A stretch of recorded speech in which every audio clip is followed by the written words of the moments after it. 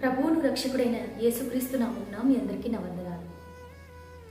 ఒక వ్యక్తి ఉన్నాడండి. అతనికి చేపలంటే చాలా ఇష్టం. ఒకరోజు అతను చేపలు పట్టేందుకు తన గాలాన్ని తీసుకొని వెళ్ళాడు.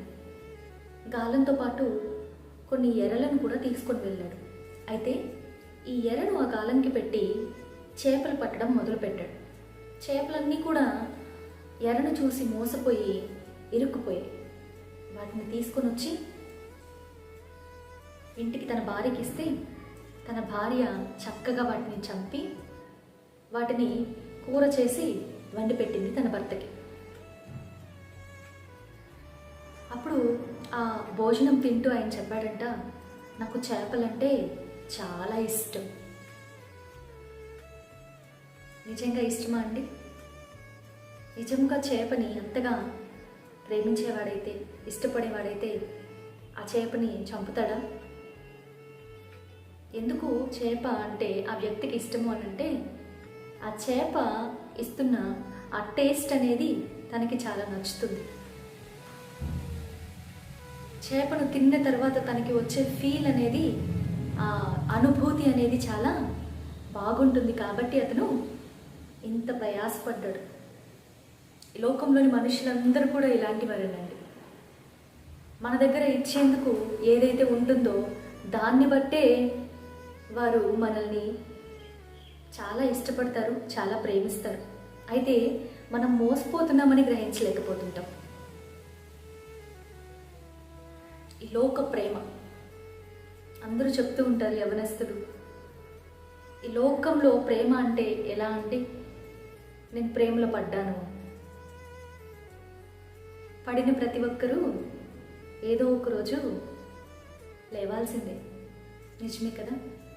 పడడం అనేది ఏది ఇంటెన్షనల్గా జరగదు. యాదృచ్ఛికంగా అంటే యాక్సిడెంటల్గా ఒక మనిషి పడిపోతాడు. ఏదో డిస్ట్రాక్ట్ అవ్వడం బట్టి పడిపోతాడు. పడినప్పుడు ప్రతి ఒక్కరికి కూడా దెబ్బ తగులుతుంది కదా.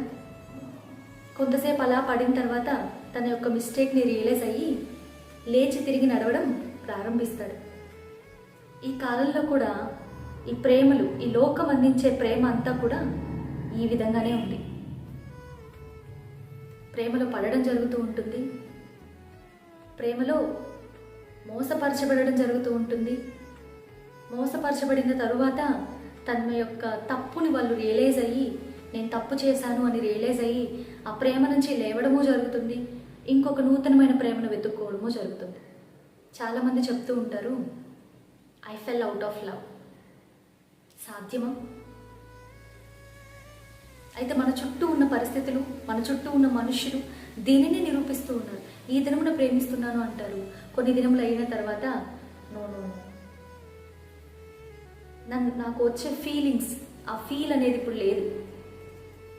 సో ఇట్ బెటర్ కలిసి ఉండడం కంటే, కలిసి ఇబ్బంది పడడం కంటే విడిపోవడం మేలు అని ఎన్ని డివోర్స్లు జరుగుతూ ఉన్నాయి. వాక్యం ప్రేమని ఏమని చెప్తుందో తెలుసా?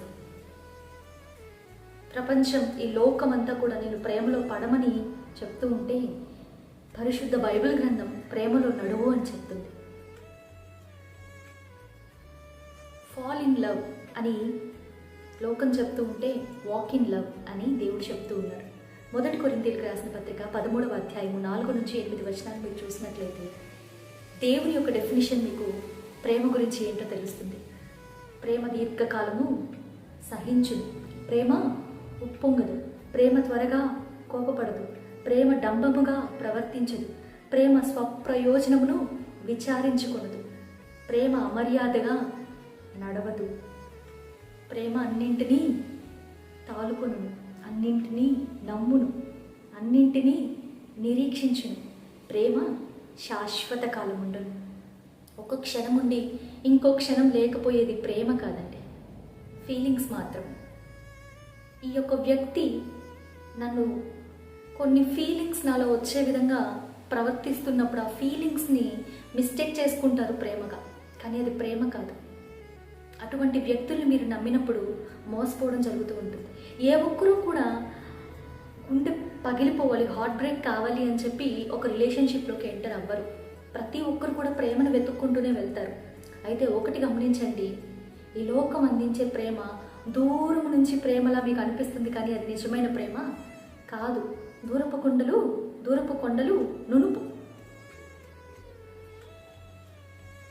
మీరు ఈ కొరింథీయులకు రాసిన పత్రిక 13వ అధ్యాయంలో మీరు చూసినప్పుడు, ఈ ప్రేమ డెఫినిషన్ మీరు చదివినప్పుడు, ఒక్కసారి మీరు ప్రేమిస్తున్న వ్యక్తితో దీన్ని అసలు ఒకసారి పోల్చుకోండి.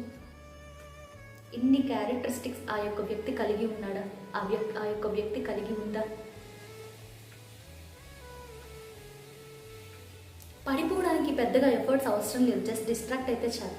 నువ్వు ఎప్పుడైతే దేవుని యొద్ద నుంచి డిస్ట్రాక్ట్ అవుతావో వెంటనే అపవాది నిన్ను అలా తోసేస్తాడు, నువ్వు అలా పడిపోతావు. అయితే నడిచేందుకు చాలా ఎఫర్ట్స్ కాదు, స్వప్రయోజనాన్ని విచారించుకోనదంట. ప్రేమలో సాక్రిఫైజింగ్ ఉంటుంది.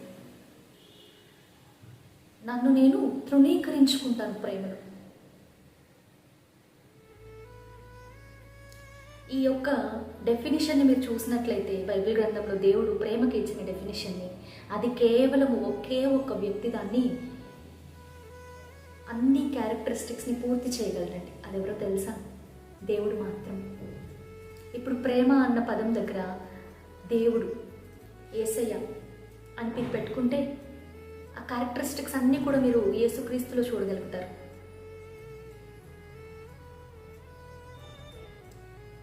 చూడండి,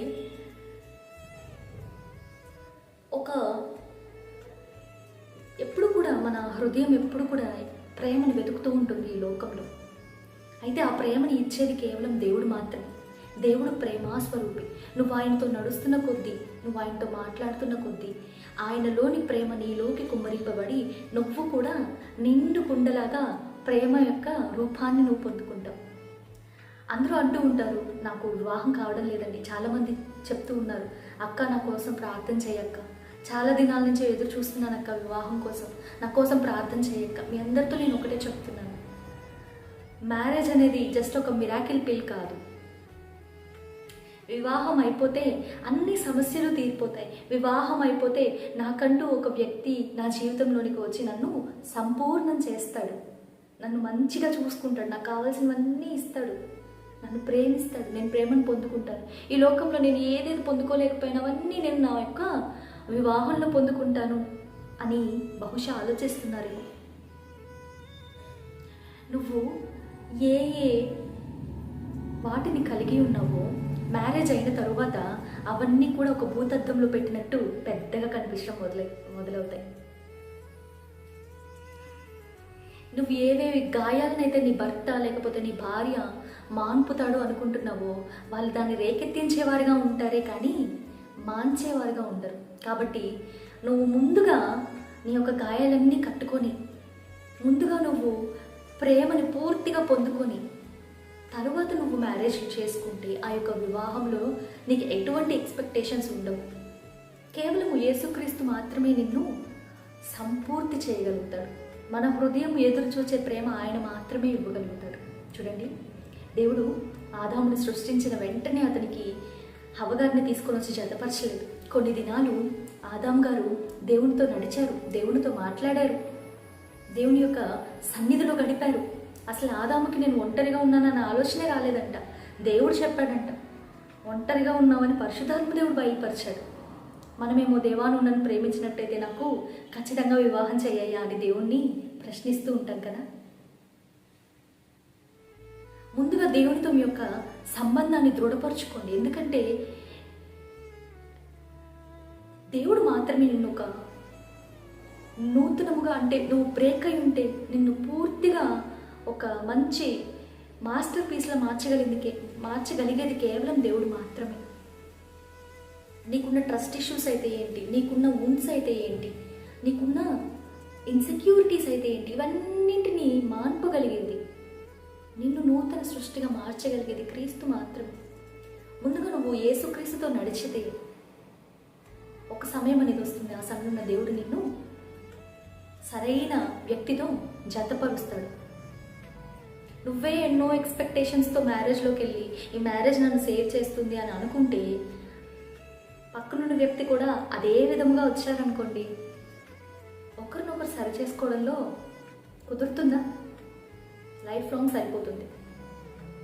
కాబట్టి దయచేసి ప్రేమలో పడకండి, ప్రేమలో నడవండి, ఎదురు చూడండి దేవుని కోసం, దేవునిలో ఎదగండి.